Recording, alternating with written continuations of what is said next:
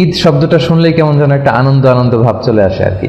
ঈদ মানে আনন্দ, ঈদ মানে খুশি, ঈদ মানে শুভেচ্ছা বিনিময়, ঈদ মানে বন্ধুদের সাথে বেড়াতে যাওয়া, আত্মীয়দের সাথে যোগাযোগ করা, এই বিষয়গুলো একেবারে জড়িত। আসলে ঈদ শব্দটির দুইটি অর্থ হয়ে থাকে।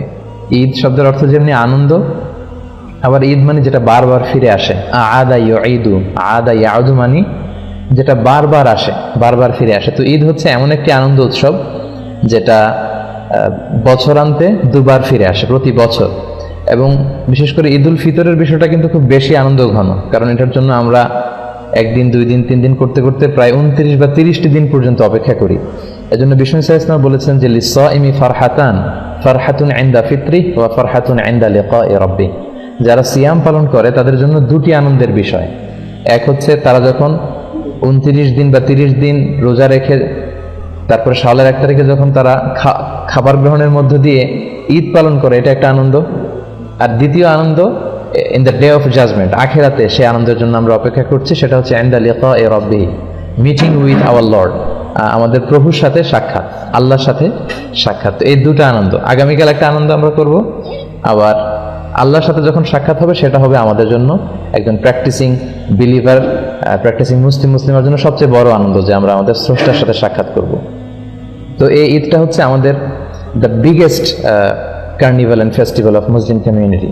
মুসলিম বিশ্বের সবচেয়ে বড় উৎসব, আনন্দ উৎসব বলা যায়, ধর্মীয় উৎসব বলা যায়, সবচেয়ে বড় কার্নিভাল, সবচেয়ে বড় ফেস্টিভ্যাল। এর চেয়ে বড় কোনো উৎসব কিন্তু গোটা মুসলিম বিশ্বে আর দেখা যায় না। তো ঈদের এই আনন্দ বা ঈদ উদযাপনের ইতিহাসটা কোত্থেকে শুরু হলো, আমরা যদি সেখান থেকে একটু শুরু করি তাহলে মুসনাদে আহমদ ইবনে হাম্বলের একটা হাদিসকে কোট করা যায়। আনাস ইবনে মালিক রাদিয়াল্লাহু আনহু খাদিম রাসূলুল্লাহ, তিনি বর্ণনা করেছেন যে রাসূল সাল্লাল্লাহু আলাইহি ওয়াসাল্লাম যখন মক্কা থেকে মাইগ্রেট করে মদিনায় আসলেন, এসে দেখলেন যে আউস খাজরাজের লোকেরা তারা বছরের 2টি দিনে খুব আনন্দ উৎসব করে, খেলাধুলা করে।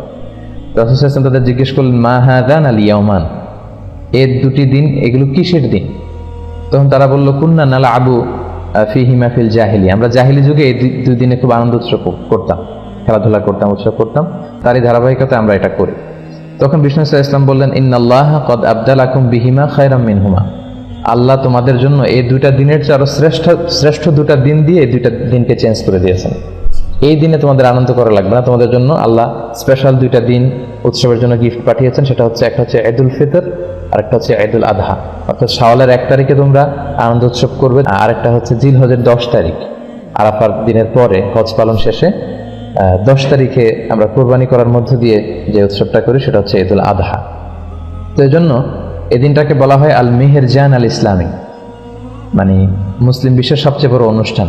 ইয়াউমু আকলিন ওয়া শুরবিন ওয়া বিআলিন ওয়া ফারাহিন ওয়া সুরুর, এই দিনটা হচ্ছে আনন্দের দিন, শুভেচ্ছা বিনিময়ের দিন, খাবার দাবার এগুলো করবার দিন। তো ইসলামে আসলে 2টি সিচুয়েশনে একটু বেশি উৎসব করার ফ্লেক্সিবিলিটি দেয়া হয়েছে। এক হচ্ছে বিয়ের উৎসবে, বিয়েতে বিষ্ণু সাল্লাল্লাহু আলাইহি ওয়াসাল্লাম বলেছেন আলিনুন নিকাহ বিদ দুফুফ, বিয়ের অনুষ্ঠানটা দফের ব্যান্ড পার্টি করে জানিয়ে দাও। দফ আর ঢোলের মূল পার্থক্য হচ্ছে ঢোলের 2 দিকে আটকানো থাকে, আর দফের 1 দিকে আটকানো, 1 দিক খোলা।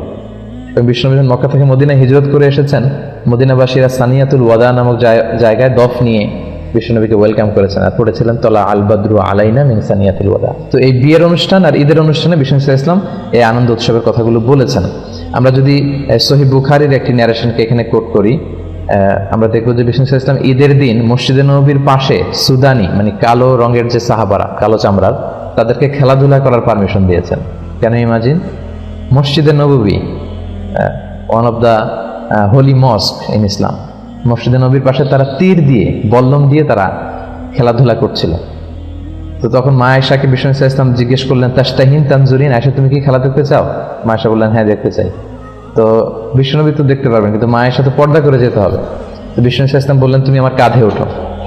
মা আয়েশাকে উনি কাঁধে তুললেন। হাদিসের বর্ণনা এসেছে মা আয়েশার থুতনি বিশ্বনবীর এই কাঁধে, মা আয়েশার গালের সাথে বিশ্বনবীর গাল লেগে আছে। ওনাকে কাঁধে তুলে বিষ্ণু সাল্লাল্লাহু আলাইহি ওয়াসাল্লাম ঘরের পর্দাটা একটু ফাঁকা করে দিলেন, ওখান দিয়ে মা আয়েশা খেলা দেখতে লাগলেন। ইভেন বিষ্ণুনবী খেলা দেখতে দেখতে এতটা এক্সাইটেড হয়ে যাচ্ছিলেন, বিষ্ণু সাল্লাল্লাহু আলাইহি ওয়াসাল্লাম বলতেছিলেন, দুনা কুমিয়া বানি আরফাদা, এই এদিক দিয়ে মারো, এই এদিক দিয়ে খেলো, এদিক দিয়ে খেলো। আমরা অনেক সময় এরকম করি যে এই গোল এদিক দিয়ে দাও, এই ছক্কা টাইপের মারো। রাসূল সাল্লাল্লাহু আলাইহি ওয়াসাল্লামও তাদের সাথে কিন্তু টেক পার্ট করছিলেন, অংশগ্রহণ করছিলেন, এবং মা আয়েশাকে নিয়ে তিনি খেলায় এনজয় করছিলেন। তো সম্মানিত শুধু এতে করে এই হাদিস থেকে যেটা প্রমাণিত হয় যে ঈদের দিন একটু খেলাধুলা, একটু আনন্দ উৎসব, হ্যাঁ, একটু দফ বাজানো যদি সুযোগ হয়, এটা হতে পারে। অল্প বয়সী ছেলে মেয়েরা ওরা একটু নাচ গান করবে, গাইবে, ইসলামী নাশিদ গাইবে, দফ বাজাবে, এটা হতে পারে। কিন্তু আবার ম্যাচিউরড ছেলে মেয়েরা, হ্যাঁ, তারা আবার ফ্রি মিক্সিং করা, এটা করা যাবে না, যেটাতে ফিতনার সম্ভাবনা আছে। ছোট্ট ছেলে মেয়েরা একটু গান করলো, একটু নাচ করলো, দফ বাজালো, এটা হতে পারে। এটার প্রমাণ হচ্ছে বুখারীর আরেকটা বর্ণনায় বিষ্ণু সাল্লাল্লাহু আলাইহি ওয়াসাল্লাম একবার ঈদের দিন নামাজ শেষে এসে মা আয়েশার ঘরে শুয়ে আছেন। তখন আনসারি দুটো ছোট্ট মেয়ে দফ নিয়ে এসে বোয়াজ যুদ্ধের নাশিদ গাচ্ছিল। বোয়াজ হচ্ছে আউস এবং খাজরাজ গোত্রের মধ্যে সর্বশেষ যে যুদ্ধটা হয়, তো ওই যুদ্ধের কবিতার গানগুলো তার গাচ্ছিল আর দফ বাজাচ্ছিল। ঠিক ওই মুহূর্তে আবু বকর ঘরে ঢুকে পড়লেন। সেদিন আবু বকর ঢুকে উনি খুব রেগে গেলেন, রেগে ছোট্ট মেয়ে দুটার ঘর থেকে বের করে দিবেন এরকম একটা অবস্থা। বিষ্ণু সাল্লাল্লাহু আলাইহি ওয়াসাল্লাম বললেন, দা হইয়া আবু বকর, ছেড়ে দাও না, রাখো। আবু বকর কিছু বলো না, কারণ ইন্না লিকুল্লি কওমিন ঈদ ওয়া হাযা ঈদুনা, সব জাতির একটা আনন্দের পর্ব থাকে, উৎসব থাকে, আর আজকের দিনটা আমাদের আনন্দের দিন। মা আয়েশাকে নিয়ে খেলা দেখা, বল্লম খেলা, তীর খেলা দেখা, এবং এই যে ছোট্ট বাচ্চা দুটোকে দাফ বাজানোর পারমিশন দেয়া, এই হাদিসগুলো কিন্তু প্রমাণ করে যে ঈদের দিনে একটু খেলাধুলা, একটু আনন্দ উৎসব, শুভেচ্ছা বিনিময়, এটা করা যেতে পারে এবং এটা করাই উচিত। তো সম্মানিত শুধু আমরা একেবারে রমাদান কাটাতে কাটাতে একেবারে শেষ পর্যায়ে চলে এসেছি। আমরা আল্লাহর কাছে কামনা করি যে আমরা এই রমাদানে যে ইবাদতগুলো করলাম আল্লাহ যেন সেগুলো কবুল করে। তো এই পর্যায়ে আমি আপনাদের সাথে শেয়ার করতে চাই যে ঈদের দিনের সুন্নাহগুলো কি। ঈদুল ফিতর আসলে সাহাবারা কি করতেন, আল্লাহ রাসূল কি করতে বলেছেন, সেদিকে আমরা যাই। ঈদুল ফিতরের সর্বপ্রথম যে কথা সেটি হচ্ছে আত-তাকবীর, তাকবীর দেওয়া। বিষ্ণু বলেছেন ওয়াজাইয়িনু আ'য়াদাকুম বিত-তাকবীর, তোমরা তাকবীর দিয়ে ঈদের সৌন্দর্যকে বাড়াও। তার মানে ঈদের সাথে কিন্তু তাকবীরের একটা ওতপ্রোত সম্পর্ক আছে। এবং আল্লাহ বলছেন ওয়ালিতুকমিলুল ইদ্দা, রোজার আয়াতের পরে আল্লাহ বললেন তোমরা রোজার 29 দিন বা 30 দিন রোজা পালন করবে, হ্যাঁ, তারপরে ওয়ালিতুকাব্বিরুল্লাহ, তোমরা আল্লাহর তাকবীর দিবে। কেন? আলামা হাদাকুম, এই যে আল্লাহ তোমাদের হেদায়েত দিয়েছেন, 30 দিন সিয়াম পালনের তৌফিক দিয়েছেন, এটার শুকরিয়া স্বরূপ তোমরা তাকবীর দিবে। তো আমাদের বাংলাদেশে তাকবীর দেয়, আমাদের দেশের এখানে তাকবীরের একটু পার্থক্য আপনারা হয়তো দেখেছেন। বাংলাদেশে 2 বার আল্লাহু আকবার, এরপর লা ইলাহা ইল্লাল্লাহ, আবার 2 বার আল্লাহু আকবার, এরপর ওয়ালিল্লাহিল হামদ। এখানে ওরা 3 বার আল্লাহু আকবার বলে। আরব বিশ্ব আমরা দেখেছি একটা স্পেশাল সুরে ওরা পড়ে, ওরা এভাবে পড়ে আল্লাহু আকবার আল্লাহু আকবার আল্লাহু আকবার লা ইলাহা ইল্লাল্লাহ আল্লাহু আকবার ওয়ালিল্লাহিল হামদ। ঈদুল ফিতরের তাকবীর হচ্ছে মাগরিবের আজানের পর থেকে। এই যে রাতটা আসছে এটাই মূলত ঈদের রাত। কালকে যে রাত এটা কিন্তু ঈদের পরের দিনের রাত, আরবিতে রাত আগে আসে। তো মাগরিবের পর থেকে আমরা তাকবীর শুরু করব ঈদের সালাত পর্যন্ত, দ্যাটস ইট, তাকবীর শেষ। কিন্তু ঈদুল আজহাতে আবার 9 তারিখ ফজর থেকে শুরু করে 13 তারিখ আসর পর্যন্ত 5 দিন আইয়ামুত তাশরিকে তাকবীর দিতে হয়। আল্লাহ বলেছেন যে আলি রাব্বিকা ফাকাব্বির, হ্যাঁ, গ্লোরিফাই দ্য অ্যাট্রিবিউটস অফ আল্লাহ, আল্লাহর মহানত্বের ঘোষণা দাও, তিনি যে সবচেয়ে বড়। তাকবীরের মধ্য দিয়ে মূলত কিন্তু আমরা আল্লাহ যে সবচেয়ে বড় এবং সবচেয়ে পাওয়ারফুল এটার ঘোষণা দেয়। আল্লাহু আকবার মানে হচ্ছে আল্লাহ সবচেয়ে বড়, আল্লাহ সবচেয়ে মহান। তো প্রথম কাজ হচ্ছে আমরা তাকবীর দিব ইনশাআল্লাহ। দ্বিতীয় দায়িত্ব হচ্ছে সাদাকাতুল ফিতর। সিয়াম পালনের পরে সাদাকাতুল ফিতর আদায় করতে হয়। বিষ্ণু সাল্লাল্লাহু আলাইহি ওয়াসাল্লাম বলেছেন এটা সিগনিফিকেন্স 2টা। এক হচ্ছে তুহরাতান লিস-সাইম, রোজা রাখতে যে অনেক সময় আমরা অন্যায় করে ফেলেছি, মিথ্যা বলেছি, গীবত টিবত হয়তো করে ফেলেছি, এগুলো যাতে মাফ হয়ে যায়। 2 নম্বর সিগনিফিকেন্স হচ্ছে তু'মাতান লিল মাসাকিন, যাতে মিসকিনরাও কিছু খেতে পারে। আমরা পায়েস খাবো, ফিন্নি খাবো, সেমাই খাবো, কিন্তু যারা সুবিধা বঞ্চিত তারা কিছুই খাবে না। এটা আসলে ঈদের শেয়ারিংটা এভাবে হয় না, বরং তারাও যাতে কিছু শেয়ার করতে পারে, খেতে পারে, এজন্য মূলত। আর সম্মানিত শুধু এটা অবশ্যই এটা ডেডলাইন হচ্ছে ঈদের নামাজ। ঈদের নামাজের আগে আপনাকে পে করতে হবে। ঈদের নামাজের পরে দিলে কিন্তু সাদাকাতুল ফিতরের সওয়াবটা আর হয় না। বিষ্ণু বলেছেন মান আদ্দাহা ক্বাবলা সালাত ফাহিয়া যাকাতুন মাকবুলা, যারা ঈদের সালাতের আগে এই সাদাকাতুল ফিতরটা দিয়ে দিল এটা কিন্তু অ্যাকসেপ্টেড একটা সাদাকাতুল ফিতর হবে। ওমান আদ্দাহা বা'দা সালাত, আর ঈদের সালাতের পরে যদি সাদাকাতুল ফিতর আপনি দেন তাহলে ফাহিয়া সাদাকাতুম মিনাস সাদাকাত, এটা নরমাল চ্যারিটি হবে, আপনি সাদাকাতুল ফিতরের সওয়াব পাবেন না। এজন্য ঈদের সালাতের আগে আমরা এটা আদায় করব। খাবার দিয়ে দিতে বলেছেন বিষ্ণু ইসলাম। 4টা খাবারের কথা পাওয়া যায়, খেজুর দিয়ে, জব দিয়ে, বার্লি দিয়ে, কিশমিশ দিয়ে। তো এক্ষেত্রে বাংলাদেশে ইদানিং একটা বিষয় আমি খুব দেখি যে টাকা দিয়ে দেয়া যাবে না, এরকম খুব মতভেদ লক্ষ্য করা যাচ্ছে। আচ্ছা, প্রকৃত সুন্নাহ হচ্ছে খাবার দিয়ে দেওয়া। লেটস সে বাংলাদেশের মানুষের খাবার হচ্ছে চাল কিংবা ডাল, তো 1 সা বিষ্ণু আদায় করতে বলেছেন, মানে 1 সা হচ্ছে বর্তমানের হিসাবে 3 কেজি 300 গ্রাম। তো আপনি 3 কেজি 300 গ্রাম চাল দিয়ে দিতে পারেন বা ডাল দিয়ে দিতে পারেন। এরপরে একটা সুন্নত হচ্ছে ঈদের দিন গোসল করা সকালে। বিশ্বনবী গোসল করেছেন কিনা এই মর্মে আমি পাইনি এভাবে, কিন্তু ইবনে ওমর উনি গোসল করতেন, ইবনে ওমর রাদিয়াল্লাহু আনহু। তো উনি গোসল করতেন, হয়তো উনি রাসূল সাল্লাল্লাহু আলাইহি ওয়াসাল্লামকে দেখেছেন গোসল করতে, এজন্য উনি করতেন। তো গোসল করাটা ঈদের দিন সুন্নাহ। এরপর লুবসু আহসানি সিয়াব, আপনি নতুন কাপড় বা পাঞ্জাবি যদি থাকে এটা পরতে পারেন, আর নতুন কাপড় না থাকলে পুরাতন যেগুলো আছে এগুলো ধুয়ে আয়রন করে ওইটা পরতে পারেন। এরপর ঈদের দিন আরেকটি সুন্নাত হচ্ছে আত-তাতিব। তাতিব মানে হচ্ছে তিব ব্যবহার করা, সুগন্ধি, পারফিউম। এটা এমনি ব্যবহার করার সুন্নাহ। বিষ্ণু সাল্লাল্লাহু আলাইহি ওয়াসাল্লাম পারফিউম দিতেন, আমরা তো সাধারণত হাতের এই জায়গায় দেই না, আল্লাহ রাসূল সাল্লাল্লাহু আলাইহি ওয়াসাল্লাম হাতের এইখানে দিতেন। এটার সিগনিফিকেন্স হচ্ছে উনি এখানে আতর ইউজ করে যার সাথে মুসাফা করতেন তার সাথে বিশ্বনবীর ব্যবহার করে আতরের ঘ্রাণ চলে যেত। সবার হাতে হাতে বিশ্বনবীর আতরের ঘ্রাণ। আর বিশ্বনবী মাথার এইভাবে সিঁথি করতেন, তো সিঁথি করে এইখানে আতর ঢেলে দিতেন, কপাল দিয়ে বেয়ে বেয়ে পড়তো। এই জন্য উনি যেখানে সেজদা দিতেন ওই সব জায়গায় আতরের ঘ্রাণ পাওয়া যেত। হাদিসে এসেছে আরবাউন মিন সুনানিল মুরসালিন, 4টা হচ্ছে সব নবীদের সুন্নাত। এই 4টা সুন্নাত সব নবীদের মধ্যে পাওয়া যায়। এক হচ্ছে খেতান, সব নবীরা সুন্নাতে খাতনা করেছেন। আর নিকাহ, সব নবীরা বিয়ে করেছেন, 2-1 ছাড়া। ইয়াহইয়া ঈসা আলাইহিস সালামের ব্যাপারে পাওয়া যায়, হয়তো বিয়ে করেননি। আর সিওয়াক, সব নবীরা মেসওয়াক করতেন। আল উতুর, সব নবীরা পারফিউম ইউজ করতেন। তো সুযোগ হলে আমরা পারফিউম ইউজ করবো ইনশাআল্লাহ। এরপরে হচ্ছে আল আকলু ক্বাবলাল খুরুজ আলা তামারাত আও গায়রিহা, ঈদের সালাতে যাওয়ার আগে আমরা খেজুর খেয়ে যদি সুযোগ হয় বেরোবো। তো ঈদুল ফিতরে যেটা হয় মিষ্টি জাতীয় কিছু খেয়ে নামাজে যাওয়া সুন্নাত, কিন্তু ঈদুল আজহাতে আবার বিপরীত, ঈদুল আজহাতে কিছু না খেয়ে নামাজে যাওয়া সুন্নাত।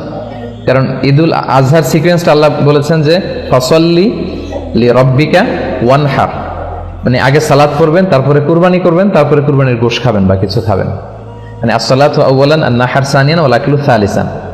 কিন্তু ঈদুল ফিতরের সুন্নাহ হচ্ছে আপনি ঈদগাহে বা মসজিদে যাওয়ার আগে মিষ্টি জাতীয় কিছু খাবেন, খেজুর, চকলেট, ফিন্নি, পায়ের যদি মহল্লায় কেউ আপনাকে দাওয়াত করে আপনি হয়তো খাইলেন, মাঝে মাঝে কিন্তু অনেকে করে ইনভাইট করে সবাইকে। আচ্ছা গেল। এরপরে একটা সুন্নাত হচ্ছে ঈদের দিনের আয-যাহাব মিন তারিক ওয়াল আউদা মিন তারিকিন আখার, এক রাস্তা দিয়ে ঈদগাহে যাওয়া, আরেক রাস্তা দিয়ে আসা। এটা হচ্ছে ইফ পসিবল, যদি সুযোগ হয়। এটার সিগনিফিকেন্স হচ্ছে হয়তো আপনি এই গলি দিয়ে গেলেন, এই গলি দিয়ে যারা বেরোচ্ছে সবার সাথে দেখা হলো, আবার আরেক গলি দিয়ে আরেক রাস্তা দিয়ে আসলেন, ওইখানকার আত্মীয় স্বজন ফ্রেন্ডসদের সাথে দেখা হলো, মানে অনেক মানুষের সাথে শুভেচ্ছা বিনিময়ের সুযোগটা হলো। ঈদের দিন তো আনন্দের দিন, আনন্দটা বেশি শেয়ার করার সুযোগ হচ্ছে এই কারণে। তো ইউআইতে যেটা দেখা যায়, আমরা বেলাল থেকে বের হয়ে ওই বাস স্টপের একটা জায়গা দিয়ে সাধারণত আসি। তো এখানেও যদি আপনি এটা মেনটেন করতে পারেন তাহলে সুন্নাতের সওয়াব ইনশাআল্লাহ আপনি পাবেন। এরপর ইস্তিসহাবুন নিসা ওয়াল আতফাল ওয়াস সিবিয়ান হাত্তাল হুইয়াদ, বিষ্ণু সাল্লাল্লাহু আলাইহি ওয়াসাল্লাম বলেছেন ঈদের নামাজে যখন তোমরা যাবে নারীদেরকে, বাচ্চাদেরকে, ফ্যামিলির সবাইকে নিয়ে যাবে, কাউকে ঘরে রেখে যাবে না। কিন্তু দুর্ভাগ্যজনক হলেও সত্য, আমাদের দেশে এই পরিবেশটা এখনো গড়ে ওঠেনি। দুই একটা জায়গায় হয়তো নারীদের ঈদের সালাতের সিকিউরিটির সাথে ব্যবস্থা রাখা হয়, কিন্তু পুরো দেশব্যাপী এটা আমাদের গড়ে ওঠেনি সচেতনতার অভাবে। আমাদের স্কলাররা মনে করেন যে ফিতনা হবে।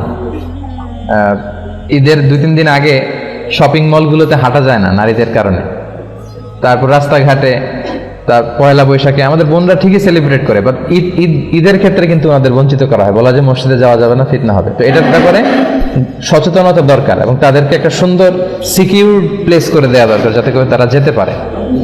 বিশ্বনবী এটাকে এত গুরুত্বপূর্ণ বলেছেন, বিশ্বনবী বলেছেন হাত্তাল হুইয়াদ, মেনস্ট্রুয়েশনাল পিরিয়ড চলছে যে নারীদের, মাসিক, তারাও যাবে। কারণ তারা এটা থেকে বঞ্চিত হবে কেন? কারণ এত বড় গ্যাদারিং বছরে হয় 2টা, তখন খতিব সাহেব মুসলমানদের বিভিন্ন ক্রাইসিস, সমস্যা, সম্ভাবনা নিয়ে কথা বলবে, মোটিভেশনাল কথা বলবে, আমাদের মুসলমানদের কি সমস্যা যাচ্ছে, কি ক্রাইসিস আমরা পার করছি, হ্যাঁ, এই বিষয়গুলো নিয়ে বাৎসরিক একটা মোটিভেশনাল কথা ইমাম বলবেন। তো ওটা থেকে যদি আমাদের বোনেরা বঞ্চিত হয় তাহলে উম্মাটিক ডেভেলপমেন্টটা আমরা করবো কিভাবে? তো সবাইকে একসাথে করতে হবে, সবাই। এজন্যই বিশ্বনবী বলেছেন যে পিরিয়ড যাদের চলবে ওই নারীরাও আসতে হবে। এক মহিলা সাহাবী বললেন, ইয়া রাসূলুল্লাহ, আমাদের অনেকের হেজাব নেই, জেলবাব নেই, আমরা কিভাবে যাব? আল্লাহ রাসূল বললেন, তোমাদের যেই বোনের 2-3টা জেলবাব আছে তাদের কাছ থেকে বড় করে নিয়ে যাবা, যাদের 3টা আছে অন্যদেরকে ধার দিবা, নামাজের পরে আবার তোমাকে দিবে, তারপরেও আসবে। পিরিয়ড যাদের চলে তারা এসে ইয়াতাজিলনাল মুসাল্লা, যেহেতু পিরিয়ড চলছে ঈদগাহে ঢুকবে না, মসজিদে না ঢুকে মসজিদের বাইরে ওয়েটিং এরিয়াতে ওয়েট করবে, ঈদের আনন্দ তারা শেয়ার করবে। ওয়াশতারিকনা দাওয়াতাল মুসলিমিন, ইমাম সাহেবের দোয়া, মুসলমানদের দোয়াতে শরীক হবে। লেটস সে কালকে ইনশাআল্লাহ সকাল 7টার দিকে দেখা যাবে যে 8-10 হাজার লোক এখানে জড়ো হবে। তো শুধু যদি আমরা আসতাম, আমাদের বোনরা বা ভাবিরা যদি না আসে, তাহলে ঈদটা কেমন যেন মনে হচ্ছে যে পরিপূর্ণ হচ্ছে না। কিন্তু মেয়েরা মেয়েদের এরিয়াতে, ছেলেরা ছেলেদের এরিয়াতে যখন ঈদের শুভেচ্ছা বিনিময় করবে, মানে মনে হয় যে ভালোবাসা, সবাই মিলেমিশে একাকার। এটাই ঈদের মূল স্পিরিট বা সৌন্দর্য। তো এই জন্য এটার জন্য সচেতনতা বৃদ্ধি দরকার। বাংলাদেশে আপনারা এগুলো নিয়ে খুব বিনয়ের সাথে কৌশলী হয়ে কথা বলবেন, যাতে এরকম একটা পরিবেশ তৈরি হয়। আচ্ছা, এরপর হচ্ছে ঈদের নামাজ 2 রাকাত। এটা তো আমরা জানি না। 2 রাকাত, প্রথম রাকাতে 7 তাকবীর, দ্বিতীয় রাকাতে 5 তাকবীর, মোট 12টা তাকবীর দিয়ে আমাদের এখানে সালাত হয়। আর হানাফি স্কুল অফ থটে বা বাংলাদেশে যারা আপনারা শুনছেন, তো বাংলাদেশে সাধারণত আমরা 6 তাকবীর দেই, 3-3 করে। প্রথম রাকাতে 3 তাকবীর, দ্বিতীয় রাকাতে 3 তাকবীর। এটাও আপনি দিতে পারেন, এটা কোনো সমস্যা নেই। 7-5-12 তাকবীরও হবে, 3-3 করে 6 তাকবীর, এটাতেও কোনো সমস্যা নেই ইনশাআল্লাহ। আল্লাহ রাসূল সাল্লাল্লাহু আলাইহি ওয়াসাল্লাম প্রথম রাকাতে সূরাতুল আ'লা পড়তেন, সাব্বিহিসমা রাব্বিকাল আ'লা, আর দ্বিতীয় রাকাতে সূরাতুল গাশিয়া পড়তেন, হাল আতাকা হাদিসুল গাশিয়া। তবে এটা ম্যান্ডেটরি না, এটা অপশনাল। ইউআইতে আমি যতবার সালাত পড়েছি, সাধারণত ইমাম এই 2টা সূরা দিয়ে পড়েছে। তারপর অনেক স্কলাররা বলে কোনো নির্দিষ্ট নামাজের জন্য নির্দিষ্ট সূরা ফিক্স করে দেয়া মাকরুহ। তো এটার ব্যাপারে বিভিন্ন ধরনের কথা আছে, তবে আপনি চাইলে পড়তে পারেন, আল্লাহ রাসূল যেহেতু পড়েছেন।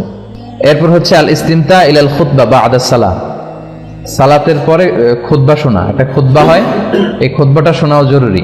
আর এই খুতবাগুলোকে আরো কনস্ট্রাকটিভ ওয়েতে, আরো ইফেক্টিভ ওয়েতে করা দরকার। যেটা আমি বলছিলাম যে বছরের the biggest carnival and festival of Muslim উম্মাহ, প্রায় 56টা দেশ একসাথে এইটা সেলিব্রেট করবে। সো আমাদের মুসলমানদের ক্রাইসিস, আমাদের সম্ভাবনা, আমাদের সমস্যা, এই সবগুলো কিন্তু জুমার খুতবায় একজন খাতিব ইনস্ট্রাক্ট করবে তার সারমনে। সো এটাকে এই স্পিরিট থেকে নিয়ে যদি আমরা খুতবাগুলো কাজে লাগাই, তাহলে কিন্তু সচেতনতাও বাড়বে। কারণ এত মানুষের গ্যাদারিং আসলে এত সহজে পাওয়া যায় না। এজন্য আমরা জুমার খুতবা শোনার চেষ্টা করবো ইনশাল্লাহ। এটা শোনা হচ্ছে সুন্নাহ। আচ্ছা, খুতবার পরে কি হয়? কোলাকুলির পর্ব। আচ্ছা, খুতবার পরে হচ্ছে শুভেচ্ছা বিনিময়। সাহাবারা শুভেচ্ছা বিনিময় করার ক্ষেত্রে ওনারা পড়তেন তাকাব্বালাল্লাহু মিন্না ওয়া মিনকুম আজমাইন, আল্লাহ আমার থেকে, তোমার থেকে, আমাদের সবার থেকে কবুল করে নিক। কি কবুল করে নিক? এই যে 29টা বা 30টা রোজা যে রাখলাম, ইবাদত করলাম, কিয়ামুল লাইল করলাম, কোরআন খতম করলাম, এই সব ইবাদতগুলো আল্লাহ কবুল করে নিক। সহিহ সুন্নায় এই দোয়াটা পাওয়া যায়, এটা আমরা বলতে পারি। এটা ছাড়া আমাদের দেশে আমরা যেটা বলি ঈদ মুবারক, এটাও অনেক সুন্দর। আরব বিশ্বে বলে ঈদ সাঈদ। হ্যাঁ, তোমার দিনটা, ঈদটা শুভ হোক, আনন্দময় হোক, এদের মতো অনাবিল সুখ শান্তিতে সারা বছরটা তোমার কাটুক। এগুলো যে আমরা বলি কুল্লা আম ওয়া আনতুম বিখাইর, এটাও বলা যাবে। এক্ষেত্রে ইদানিং অনলাইনে দেখি অনেকেই বলে যে তাকাব্বালাল্লাহু মিন্না ওয়া মিনকুম ছাড়া কিছু বলা যাবে না। না, এত রিজিড হওয়াটা আসলে ঠিক না। খেয়াল রাখবেন, একটা হচ্ছে রিলিজিয়ান আর একটা হচ্ছে কালচার। ধর্ম আর কালচার দুটাকে গুলিয়ে ফেলা যাবে না। আল ইসলামু লা ইয়ামনাউ আনিল আখযি আন আইয়ি শাইইন জাদিদ মা লাম ইখালিফ রূহাদ-দ্বীন। কোন দেশের তাদের ব্যক্তিগত কালচারে যদি কোনো ভালো জিনিস থাকে, ইসলাম সেটাকে উঠিয়ে দেয় না, ওটাকে অ্যাপ্রিসিয়েট করে। সো আমাদের বাঙালি মুসলমানদের কিছু আলাদা কালচার থাকতে পারে, যেটা হয়তো চায়নার উইগুর মুসলিমদের সাথে মিলবে না। চায়নার মুসলিমদের সাথে হয়তো মালয় মুসলিমদের অনেক ব্যক্তিগত কালচার থাকতে পারে, দেশীয়, এটা হয়তো মিলবে না। ইউরোপের মুসলমানদের হয়তো তাদের লোকালিটিতে কিছু কালচার থাকতে পারে, এটা হয়তো আমাদের সাথে যাবে না।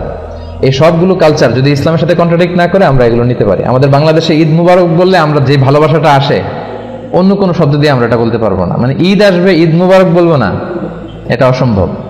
সো ঈদ মুবারক, ঈদ সাঈদ, এই জাতীয় যে কোনো সুন্দর সুন্দর শুভেচ্ছা বানিয়ে আপনি শেয়ার করতে পারেন, এতে কোনো সমস্যা নেই ইনশাআল্লাহ। এরপর অনেক স্কলাররা বলেছেন যে ঈদের দিনে কবর জিয়ারত করা মাকরুহ। তবে কারো যদি রীতিমতো অভ্যাস থাকে যে তিনি প্রতিদিনই করেন বা প্রায়ই করেন, সেক্ষেত্রে তারা বলেছেন সমস্যা নেই। তারা বলেছেন আনন্দের দিনে এরকম কষ্ট রিসিভ না করতে। তারা বলেছেন তাখসিসু জিয়ারাতিল কুবুর বিল আয়াত, কেউ যদি ঈদের দিনের সাথে কবর জিয়ারতকে খাস করে তাহলে এটা মাকরুহ হবে।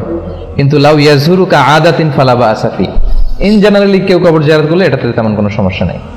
সর্বশেষ কথা, শাওয়ালেও কিন্তু কিছু সিয়াম আছে সম্মানিত ভাইরা, এটাকে বলে শাওয়ালের 6 রোজা। এবং আমাদের এই যে ইসলামাইজেশন কমিটির ভাইরা প্রতি বছরই তারা অ্যারেঞ্জ করে, যারা আপনারা চান রাখতে পারবেন।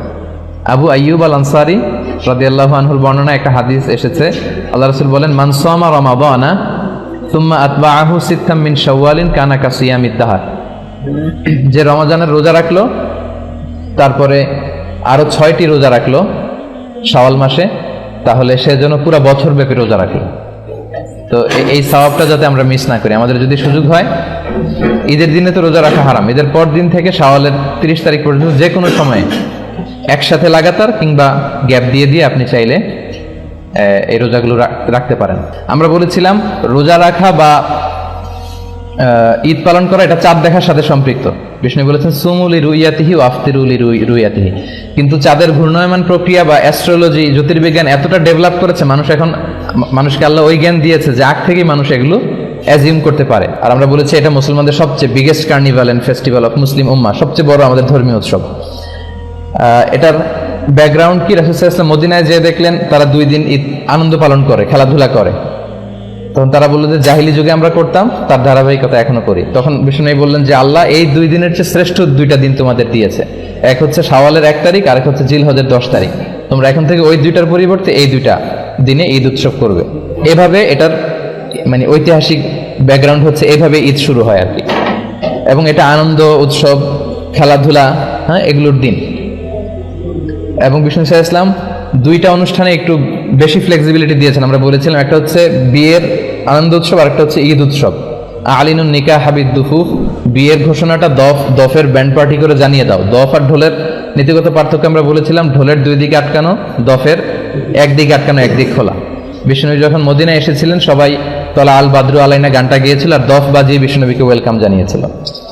এবং আমরা দেখেছি যে বিষ্ণু সাল্লাল্লাহু আলাইহি ওয়াসাল্লাম মসজিদে নববীর পাশে ঈদের দিন খেলাধুলা করার পারমিশন দিয়েছেন, এবং মা আয়েশাকে কাঁধে তুলে পর্দা ফাঁকা করে ওনাকে খেলা দেখতে দিয়েছেন।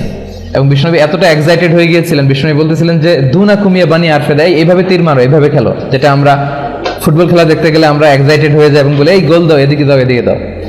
তো তার মানে ঈদের দিনে যে একটু অতিরিক্ত উৎসব করা যায়, এটার পারমিসিবিলিটি এই হাদিস থেকে আর কি আমরা পাই। এরপর এক ঈদের দিনে বিষ্ণু সাল্লাল্লাহু আলাইহি ওয়াসাল্লাম মা আয়েশার ঘরে শুয়েছিলেন, তখন আনসারি 2 ছোট্ট মেয়ে দফ বাজাচ্ছিল আর বুআজ যুদ্ধের গান গাচ্ছিল। আবু বকর এটা দেখে ধমকে ওদেরকে বের করে দিতে চাইলেন। বিষ্ণু বললেন দা হুমাই আবু বকর, হে আবু বকর ছাড়ো, রেখে দাও, কারণ লিকুল্লি কওমিন ঈদ ওয়া হাদা ঈদুনা, সব জাতির একটা উৎসবের দিন আছে, আজকে আমাদের উৎসবের দিন। তো ছোট বাচ্চারা চাইলে দফ বাজাতে পারে, ছোট্ট ছেলে মেয়েরা তারা নাচ গান, দফ বাজানো এগুলো করতে পারে, কিন্তু প্রাপ্তবয়স্ক নারী পুরুষ ম্যাচিউরড কেউ এই ফ্রি মিক্সিং এ অংশগ্রহণ করতে পারবে না। তাহলে এই জাতীয় খেলাধুলা, উৎসব, দফ বাজানো, এইভাবে আমরা ঈদের শুভেচ্ছা বিনিময় এগুলো করে ঈদের আনন্দ প্রকাশ করতে পারি। তারপর ঈদের দিনের কি কি সুন্নাহ? আমরা প্রথমে বলেছিলাম তাকবীর দেয়া মাগরিবের আজানের পর থেকে ঈদের নামাজ পর্যন্ত, কিন্তু ঈদুল আজহাতে আবার এটা 9 তারিখ ফজর থেকে 13 তারিখ আসর, 5 দিন আইয়ামুত তাশরিকে, কিন্তু এখানে হচ্ছে শুধু এই অল্প একটু সময়ের জন্য আর কি তাকবীর। সেক্ষেত্রে বাংলাদেশে আল্লাহু আকবার 2 বার বলে, আরব বিশ্বে 3 বার বলে, দুটোই পড়া যাবে, কোনো সমস্যা নেই। ঈদের দিনে গোসল করা সুন্নাহ, সুন্দর কাপড় পরা সুন্নাহ, পারফিউম ইউজ করা সুন্নাহ, ঈদুল ফিতরে মিষ্টি জাতীয় কিছু খেয়ে যাওয়া সুন্নাহ, এক রাস্তা দিয়ে যাওয়া আরেক রাস্তা দিয়ে ফিরে আসা যদি সম্ভব হয়, এটা সুন্নাহ। নারী পুরুষ সবাই ঈদগাহে যাবে, যাতে বড় গ্যাদারিং এ আনন্দে সবাই শরীক হতে পারে। ঈদের সালাত 2 রাকাত, ঈদের সালাত আদায় করা সুন্নাতে মুআক্কাদা, অনেকে বলেছেন, কেউ বলেছেন ওয়াজিব। তবে পার্থক্য হচ্ছে অতিরিক্ত 12টা তাকবীর দিতে হয়, প্রথম রাকাতে 7টা, দ্বিতীয় রাকাতে 5টা, কিন্তু হানাফি স্কুল অফ থটে 3টা করে 6টা। ঈদের খুতবা শোনা সুন্নাহ, আর খুতবাটাকে আরো কনস্ট্রাকটিভ ওয়েতে দেওয়া উচিত। শুভেচ্ছা বিনিময় করা সুন্নাহ, সাহাবারা দেখা হলে বলতেন তাকাব্বালাল্লাহু মিন্না ওয়া মিনকুম, আল্লাহ তোমাদের আমাদের সবার আমলগুলো কবুল করুক। অনেক স্কলাররা বলেছেন ঈদের দিনে কবর জিয়ারত করা মাকরুহ। আর সর্বশেষ আমরা বলেছিলাম শাওয়ালে 6টা রোজা রাখা সুন্নাহ। রমজানের রোজার পরে যদি কেউ শাওয়ালের 6টা রোজা রাখে, তাহলে সারা বছর রোজা রাখলে যে সওয়াব হয়, এই সওয়াব আল্লাহ তাদেরকে দান করে। তো এই ছিল প্রিপারেশন ফর ঈদ ডে, এই বিষয়ের উপর আমার সংক্ষিপ্ত আলোচনা। যারা সময় নিয়ে শুনলেন তাদেরকে শুকরিয়া, আর অনলাইনে যারা আলোচনাটি শুনেছেন আপনারা শেয়ার করে দিয়ে ঈদের ব্যাপারে সচেতনতা বৃদ্ধি আপনারা করতে পারেন। আপনারা সবাই ভালো থাকবেন, সুস্থ থাকবেন। সবাইকে আবারও অগ্রিম ঈদের শুভেচ্ছা জানিয়ে শেষ করছি। ঈদ মুবারক, ঈদ সাঈদ, কুল্লা আম ওয়া আনতুম বিখাইর, তাকাব্বালাল্লাহু মিন্না ওয়া মিনকুম আজমাইন।